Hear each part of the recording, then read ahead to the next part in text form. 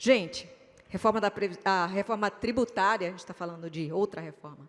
Reforma tributária já é uma realidade. A gente viu aí que estamos num processo de transição que já começou em janeiro desse ano, vai demorar aí 50 anos, mas a gente precisa ficar atento. Por isso, o municipalismo precisa ficar a par de todas as consequências dessa inovação. E algumas ações prioritárias, elas deverão ser seguidas à risca, caso as prefeituras não queiram comprometer a sustentabilidade fiscal, a sustentabilidade dos cofres públicos. Então, gente, a gente sabe que a reforma tributária vai trazer impactos significativos nos repasses para os municípios, tá? A gente viu aqui, né? Alguns municípios ganham bastante, outros vão perder muita receita. É preciso se preparar desde agora, não é porque a reforma vai levar 50 anos para se concretizar totalmente, a gente precisa agir preventivamente. Eu gostaria de chamar aqui mais um especialista para falar sobre esse novo cenário tributário, Rodrigo Espada. Rodrigo é auditor fiscal, participou ativamente da construção dessa nossa reforma tributária. Ele tem mais de 2 décadas de trabalho dedicado à modernização do sistema tributário brasileiro. Que trabalho hercúleo, viu? Bem-vindo. Obrigado, Raquel. Boa tarde, pessoal. Tudo bem? Vamos acordar? É isso aí. Vamos lá. Estou falando muito alto, né? Vou falar mais baixo um pouco aqui. Pessoal, vamos falar sobre reforma tributária. Quero dizer para vocês, com toda tranquilidade, não tem assunto mais relevante que esse nesse momento. Não sou eu que estou dizendo. Vou falar aqui de uma postagem da Accenture no Valor Econômico, falando que esta não é só uma reforma tributária. É a maior transformação desde o Plano Real. Para os empresários vai mudar o que você produz, onde produz, como entrega, quanto paga, como paga. Não é sobre imposto apenas. É uma reorganização da nossa economia. Eu sou Rodrigo Espada, sou auditor fiscal da Receita Estadual de São Paulo, sou presidente da AFRESP, Associação dos Auditores Fiscais, e da FEBRAFIT, que é a Federação Brasileira. Formado em Engenharia de Produção, em São Carlos, em Direito pela Unesp e uma pós-graduação na USP e na FIA. E meu maior orgulho é que eu sou daqui de pertinho, de Catanduva, cidade que eu cresci, meus pais moram lá, meus irmãos moram lá, e eu vejo aqui tantos amigos, como o prefeito de Paraíso, o Tobardini, que está lá, aqui de Badibacite, e outras pessoas que eu pude encontrar aqui. Então, a primeira questão, rapidamente, eu vou trazer para vocês por que a reforma tributária era necessária. Por que a gente precisava do novo sistema tributário? A questão principal é porque o nosso sistema ele é muito ineficiente. Como é que é a nossa tributação sobre o consumo hoje? A gente criou esse modelo em 1966, quando a nossa economia era totalmente diferente, era fechada. E nós criamos um modelo com 5 tributos sobre o consumo. Lembrando, a tributação sobre o consumo é que está sendo alterada nessa reforma, que é o imposto que está embutido no preço de tudo que a gente compra. Tudo que você compra de serviço ou mercadoria vem com imposto embutido. É isso que está sendo alterado. Quais tributos tem que você paga numa camisa, num sapato ou num serviço qualquer de encanador? IPI, Imposto sobre Produtos Industrializados, COFINS e PIS, que é um tributo para a Seguridade Social. Depois tem o ICMS estadual e o ISS municipal. São muitos impostos incidindo sobre a mesma base. O que gera isso? Tributação em cascata, que vocês já ouviram falar. Imposto incidindo sobre imposto. O nosso produto final fica mais caro do que ele poderia se a gente tivesse um modelo tributário mais simples, único, um único imposto sobre o consumo, que é o modelo que a gente está adotando.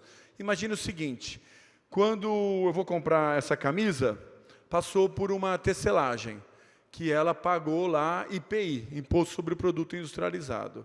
Só que essa indústria contratou contador, advogado, serviço de informática, que veio com o ISS, esse custo desses profissionais. Só que a indústria não pode se creditar desse outro imposto que é o ISS. E ela paga o IPI, só que ela vende para uma distribuidora ou para uma loja, e a loja vai vender para a gente. Só que essa loja paga um outro imposto, que é o ICMS, que é sobre o comércio, a circulação. E aquela loja não se aproveita dos impostos pagos nas operações anteriores, nem o serviço, nem a indústria. O que vai acontecendo? Cada preço de venda vai sendo ampliado pelo imposto que foi pago pelo vendedor. E aí, quando ele vai vender, ele tem que vender por um preço maior, incluindo esse imposto pago anteriormente, e aí o imposto que vai incidir depois, incide sobre esse preço majorado, com um percentual de imposto aqui dentro. Então, é imposto incidindo sobre imposto. A gente chama de cumulatividade. A cumulatividade deixa o nosso produto mais caro frente aos concorrentes internacionais. Não é à toa que os produtos chineses, coreanos, mexicanos são mais baratos que o nosso. Além disso, esse sistema com muitos tributos é difícil de administrar. Para vocês terem uma ideia, a gente tem aqui a União fazendo legislações, os estados fazendo legislações, 27, e 5.600 municípios criando regras, obrigações, alíquotas, base de cálculos, e o contribuinte tendo que lidar com essa complexidade gigantesca, quando ele opera em vários municípios ou em vários estados. Isso gera um problema grave, que a gente chama de litigiosidade. O que é litígio? É conflito entre o fisco e o contribuinte. É conflito. Isso daí é custo Brasil. É custo de advogado, custo de judiciário, que aumenta os nossos impostos e diminui a competitividade. Além disso, só para vocês terem uma ideia, já foi mensurado, a litigiosidade no Brasil está em 75% do PIB, do Produto Interno Bruto. Tudo o que está sendo discutido no judiciário sobre tributos é da ordem de 75% de tudo que a gente produz no ano. É equivalente a 2 anos e meio de tudo que a gente paga de impostos. Esse dinheiro podia estar na mão dos municípios, dos estados, do governo, investindo em educação, saúde, segurança, mas não está. Ou poderia estar na mão dos empresários, com investimento, capital de giro, novos empregos, e não está. Está parado no judiciário. E um outro problema é o custo de conformidade, que é esse custo para administrar esse de contador, de advogado, que é muito caro. Então, quando você pega esses 3 problemas, cumulatividade, litigiosidade e custos de conformidade, no final, o nosso produto sai mais caro que o produto internacional. O produto internacional consegue chegar no Brasil e ganhar nosso mercado. Então, a gente está sofrendo um grave processo de desindustrialização no Brasil. Por que desindustrialização? Porque quanto mais longa é a cadeia produtiva para produzir alguma coisa, por exemplo, esse passador de slide, é complexo. Até chegar aqui na minha mão, teve várias etapas. Quanto mais etapas, mais cumulatividade, mais litigiosidade, mais custo de conformidade, isso vai deixando o nosso produto mais caro. O Brasil perde. O nosso modelo atual derruba a indústria brasileira e a nossa competitividade. Nesse Concerto Internacional das Nações, o prefeito de Morungaba chegou aí o marco agora. E além disso, o nosso sistema é injusto e promove desigualdades. Por quê? Porque essa tributação sobre o consumo, no Brasil, arrecada 50%, metade aproximadamente de toda a arrecadação vem dessa tributação sobre o consumo. Só que ela é muito mais cara para o mais pobre.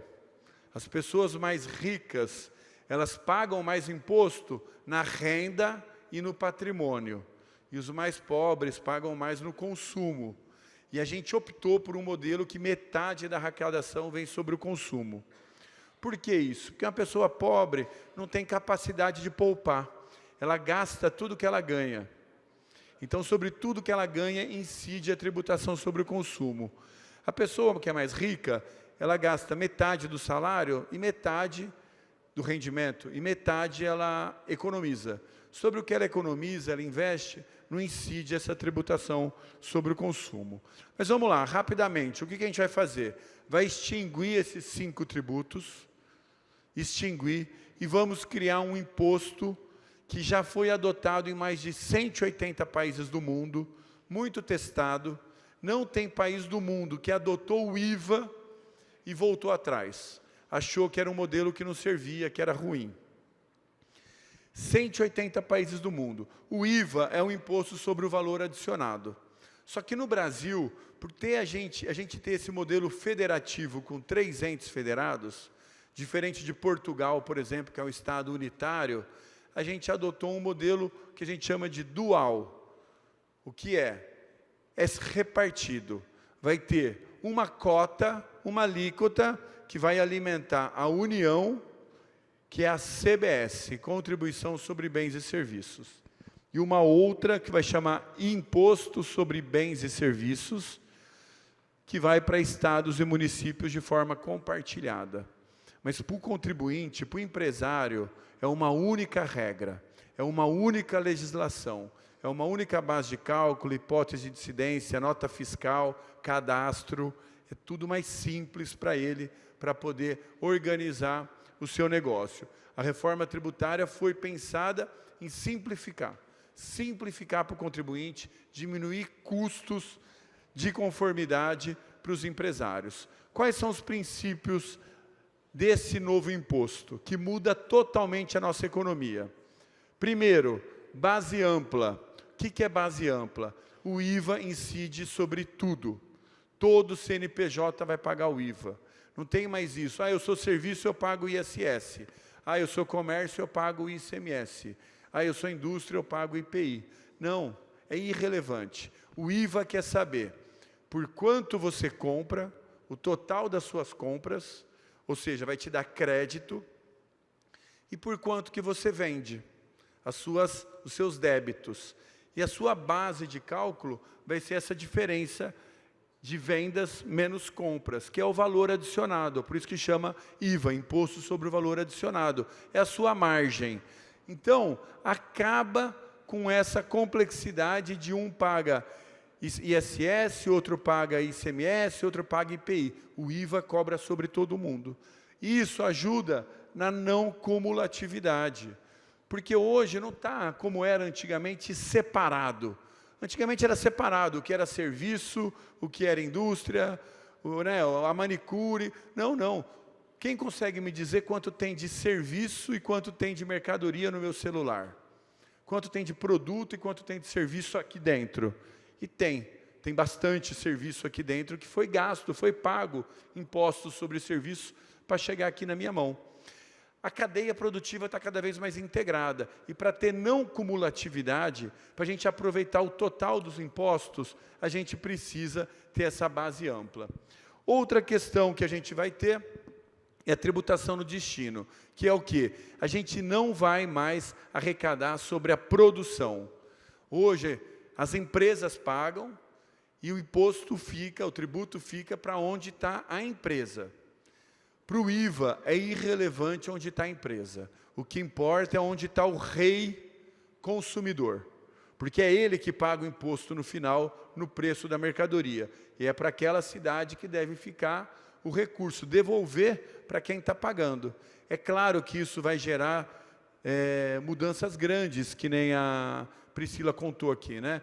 Lençóis Paulistas e Agudos, perde muito. Agudos tem a fábrica da Ambev, e a Lençóis Paulistas tem a Bracel e a Luarte, 2 empresas grandes, 3 grandes em municípios pequenos. Então a regra vai ser essa, pessoal. Se o seu município não tem grandes empresas que geram muito VAF, né, a receita do ICMS para você, a tendência é que o seu município ganhe com a reforma tributária. Agora, se o seu município é pequeno e tem uma usina de cana, aqui na região tem muitas, né? Eu sou de Catanduva, esse município provavelmente vai perder, porque o consumo dele não vai compensar o tanto que é gerado de receita ali do ICMS, e é passado 25% para o seu município. Mas eu posso dizer, 95% dos municípios ganham, poucos perdem. Inclusive, a Confederação Nacional dos Municípios fez um trabalho grande junto com a PM para defender o municipalismo, especialmente os pequenos municípios, e a maioria ganha com o trabalho deles. Posso dizer, com tranquilidade, por que ganha? Porque não é um jogo de soma zero. Olha, eu não vou falar aqui da transição, porque eu vou encurtar a minha apresentação, mas não é para agora, ela começa em 2026 com um ano de teste para os contribuintes, mas ninguém aqui vai pagar nada, ou quase ninguém, só se a pessoa não cumprir as obrigações vai ter que pagar. Mas acredito que todo mundo vai cumprir, ninguém paga. A partir de 2027, extinguimos PIS, COFINS, IOF Seguros, e o IPI vai para a alíquota zero, e a gente cria a CBS para a União. Mas só a partir de 2029 que começa a extinguir o ICMS e o ISS. Então, os prefeitos que estão aqui já falam assim, ufa, é só na próxima gestão. Mas muitos vão tentar a reeleição e também tem o compromisso de longo prazo com as políticas públicas. A partir de 2029 até 2033, uma extinção gradual do ISS e do ICMS. A criação do cashback vai ter um programa que vai melhorar muito a vida das pessoas, porque se as pessoas mais pobres pagam mais imposto sobre o consumo, a gente cria um mecanismo de cashback, das pessoas mais pobres poderem receber uma parte do imposto que elas pagam de volta. A gente vai cruzar o CAD único, que é o cadastro das famílias de baixa renda, com a nota fiscal ao consumidor. E aí, quando o CPF indicar lá que uma pessoa fez compra e ela está no CAD único, a gente vai poder devolver um percentual do imposto direto para ela na conta. O Rio Grande do Sul já faz isso, tem um programa que chama Devolve ICMS. E o resultado é muito bom. Por quê? Porque as pessoas de baixa renda, quando recebem o recurso, R$100, R$200, que seja, ela vai no mesmo dia, no supermercado, na farmácia, no posto de gasolina, na padaria, compra. E esse dinheiro volta para o empresário, que gera mais emprego, mais renda, paga mais imposto e a economia cresce. A economia cresce com a circulação. E vai ser possível também perceber se o consumo das pessoas que querem receber esse benefício é maior do que ela deveria ter para estar no CAD único, no programa social. E a gente vai poder, inclusive, verificar e melhorar esses programas sociais, porque eventualmente tem alguém que recebe um Bolsa Família, porque está na informalidade, mas ganha lá R$5.000 por mês. E aí, verificando isso, o consumo de cada pessoa, a gente vai poder tirar essas pessoas dos programas sociais para que receba somente quem efetivamente precisa. Bom, o Simples Nacional continua igual, não vai ter alteração, então a grande maioria das empresas MEI e Simples não muda. O Brasil, a gente pode esperar simplicidade, uma única legislação, transparência, a gente vai finalmente saber quanto que a gente paga de imposto em tudo que a gente compra, porque vai ser um único tributo. Neutralidade, não importa mais onde está a empresa, se a empresa está em Pernambuco, ou na Paraíba, ou está aqui em São Paulo, a tributação vai ser igual para todo mundo. Acaba com a guerra fiscal. Acaba com o incentivo de você querer trazer empresa para o seu território para aumentar a arrecadação. A discussão vai ser melhorar a qualidade de vida das pessoas. É o cidadão que volta ao centro da discussão. E uma revolução digital. Eu vou pular para ganhar tempo e vou falar só do impacto nos municípios, que eu acho que isso é o mais relevante para vocês. Para vocês, o que vocês devem saber? Primeiro, eu estava falando que não é um jogo de soma zero. A reforma tributária, segundo muitos economistas que debateram esse assunto, discutiram e tem cenários mais otimistas e mais conservadores. Mas os mais conservadores falam que a reforma tributária em 15 anos aumenta o nosso PIB em 12%. Só essa medida. Significa dizer que se nós tivéssemos aprovado essa mesma reforma tributária que estamos debatendo há 35 anos, em 2010, hoje nós teríamos um país 12% mais rico. Só com aquela medida. 12%, é muita coisa. Para vocês terem uma ideia do que significa isso, se esse crescimento de 12% de riqueza fosse distribuído igualmente para cada cidadão brasileiro, cada um de nós ganharíamos hoje R$ 490 a mais por mês. R$ 490 a mais por mês, é muita coisa. O consumo das famílias aumenta, o investimento aumenta, é um outro ganho da reforma tributária. Investimento no Brasil, a tributação vai ser zero. Zero de imposto, se alguém quiser investir. O que ela gastar com investimento que vem com imposto nas compras dela, ela se credita para pagar menos já nas vendas dela. O investimento aumenta 20%. A gente ganha competitividade no mercado internacional. As exportações aumentam quase 12% e as importações 9,5%. Então, a gente ganha na balança comercial. Vamos lá. Por setor econômico. Dos 12%, uns ganham mais, outros ganham menos. Mas todo mundo ganha. O agro ganha 10,6%, a indústria 16,6%, serviços 10%, construção 19%, educação e saúde 5% e 6%. Agora, para os estados e para os municípios, o impacto. Eu vou explicar para vocês. O que está mudando, pessoal? Hoje, a base de arrecadação de vocês é todas as empresas que produzem no seu município. A base vai passar a ser tudo que se consome no seu município.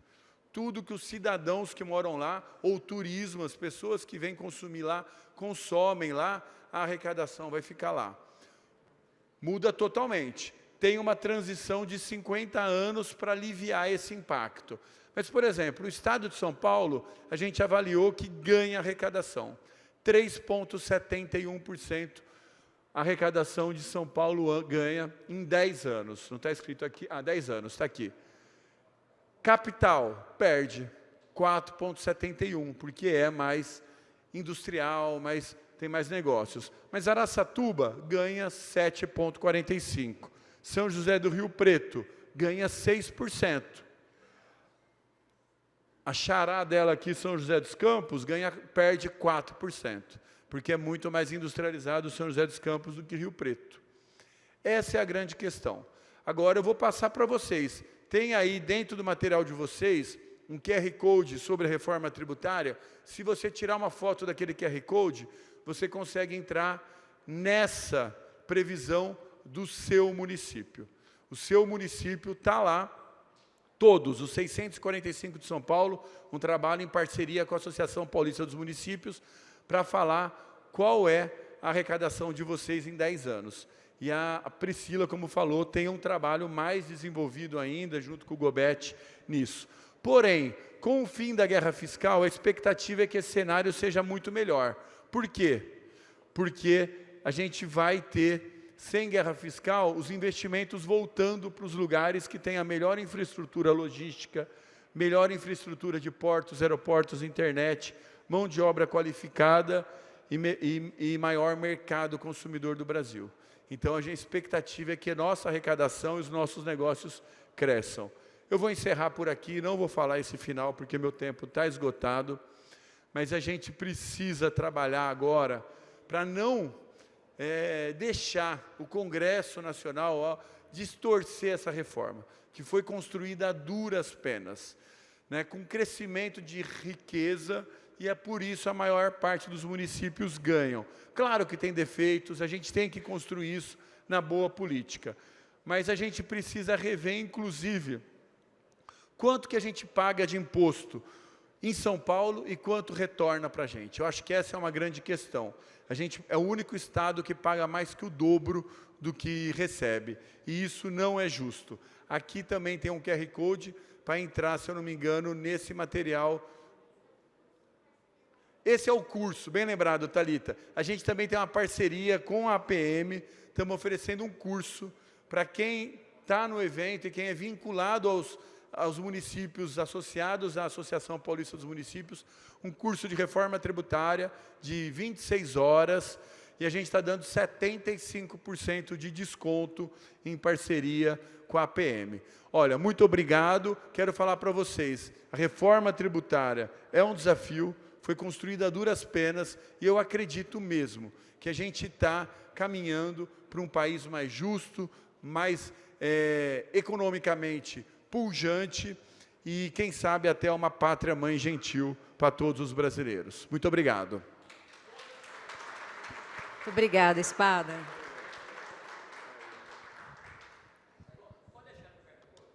Beleza. Saiu.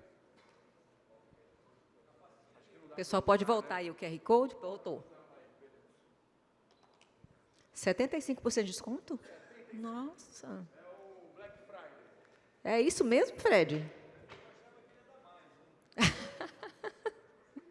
Vamos pechinchar um pouquinho com Espada. Gente, que tema, né? Reforma tributária. Vai trazer impactos significativos para cada município brasileiro. E a nossa preocupação aqui é com o Estado de São Paulo, com os municípios que compõem o grande Estado de São Paulo. E é por isso que o Fred, o Gustavo, a APM, a gente está aconselhando vocês. Esse tema precisa ficar no topo da agenda de qualquer gestor que se preocupe com o futuro do seu município.